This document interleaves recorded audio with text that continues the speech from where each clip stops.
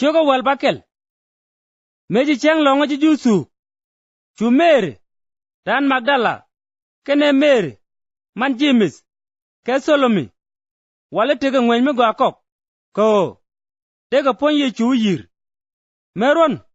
karun wang ka cheng en jol ga jo chuga ben gwat kunya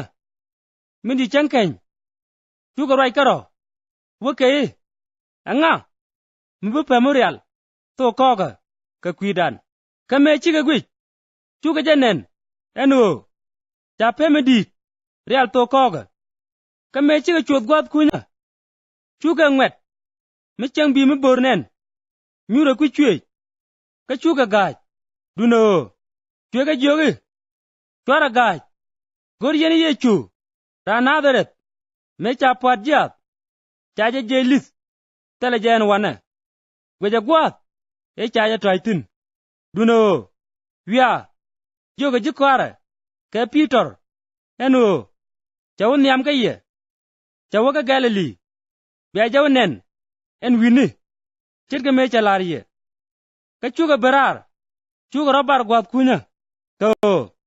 chakalat ka chiga gaj tele right mi chukana lanat ko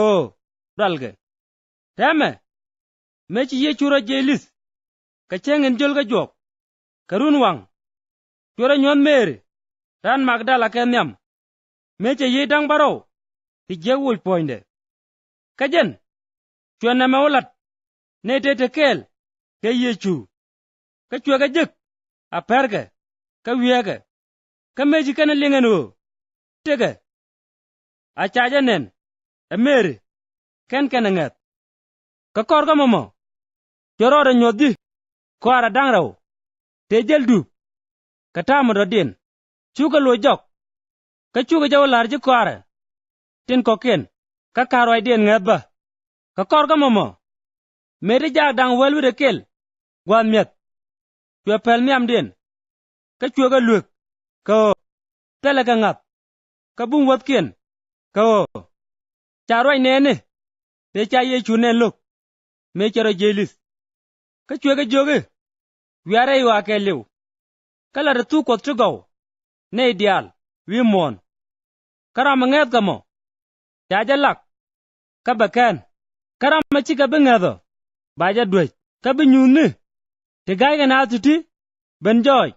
ka jingada biga kutri jewoy ka choda